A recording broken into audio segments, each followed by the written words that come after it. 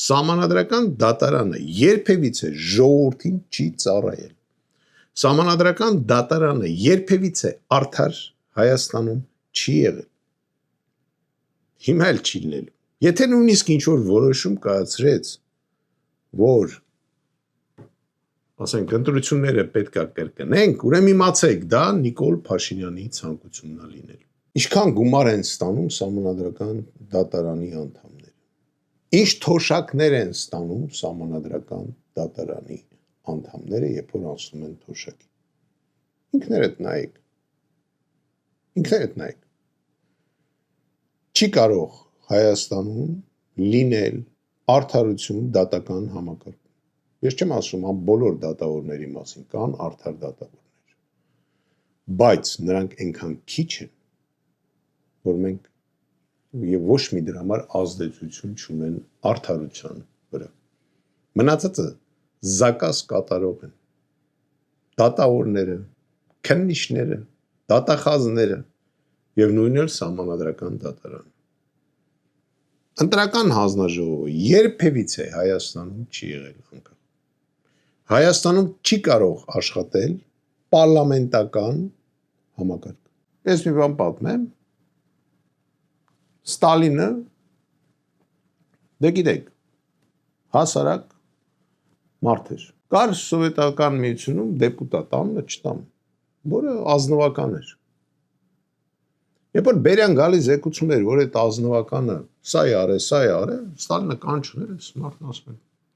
Ես սրանց ասում եմ, ես ազնվական մարդ եմ։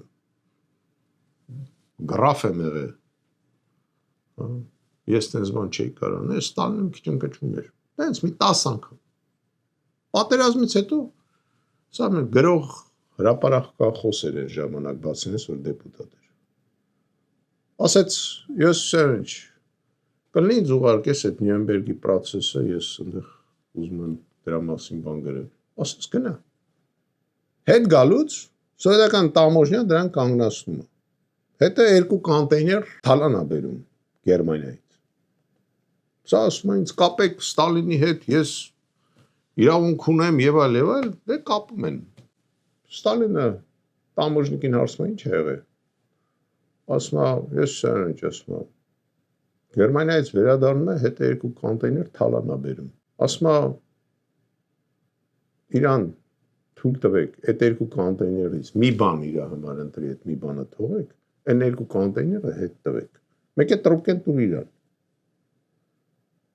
Տրոպկեն տալիս է իրան, ասում է, լսե, ասում է, ես մտածում էի դու ազնվական ես։ Բայց դու սովետական միության գերագույն խորհրդի դեպուտատ ես, դու ազնվական չես։ Դրանով այդ դեպուտատի կլեյմոն դրված է։ Մենք քիչ պետք է ունենանք դեպուտատ։ Հայաստանի պարլամենտը պետք է լինի մի 30-35 հոգի։ Մենք պետք է լինենք նախագահական երկիր։ Սահմանադրական դատարանի ղեկավարը եւ անդամները պետք է ընտրվեն համաժողովրդական ընտրություններով։ Դատական ամբողջ համակարգը ռեգիոններով պետք է ընտրվեն ժողովրդի կողմից եւ ոչ մեկ իրավունք չպետք է ունենա խառնվի դրա մեջ։ Երևանի քաղաքապետը եւ բոլոր քաղաքների քաղաքապետերը Հայաստանում պետք է ընտրվեն ուղիղ ժողովրդական ընտրությունների կողմից, ոչ թե պետք է լինեն նշանակովի։ Միայն այդ դեպքում մենք կարող ենք ունենալ արդար երկիր եւ պաշտպանված լինենք արդարացի։ Երկրի ղեկավարը չպետք է զբաղվի փողերով, նա պետք է միայն խնդիր դնի եւ հետեւի դրան, որ մեր ժողովուրդը լավ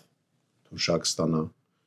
լավ աշխատավարձ ստանա, իսկ դրանով պետք է զբաղվի կառավարությունը, կառավարության ղեկավարով։ Էկոնոմիկան պետք է անջատել քաղաքականությունից։ Իսկ մեր մոտ այսօր ամեն ինչ ահավոր քաղաքականացված է։ Կառավարության ղեկավարը չպետք է իրավունք ունենա խառնվի քննչական դատախազի դատավորի գործունեության մեջ, որտեղ նա է հիմնական փոխծախսող։ Եվ նրա ընտրակաշառքները հենց բյուջեի հաշվին է լինում, եթե ինքը դառնում է ընտրուի։ երկրի նախագահան, բացի ինչ որ նախագահական ֆոնդից, ոչ մի բան չպետք է ունենա, այդ ֆոնդն էլ պետք է օգտագործի միայն բարեգործական խնդիրներ եւ ազգային անվտանգության հետ կապված խնդիրներ կատարելու համար։ Շնորհակալություն։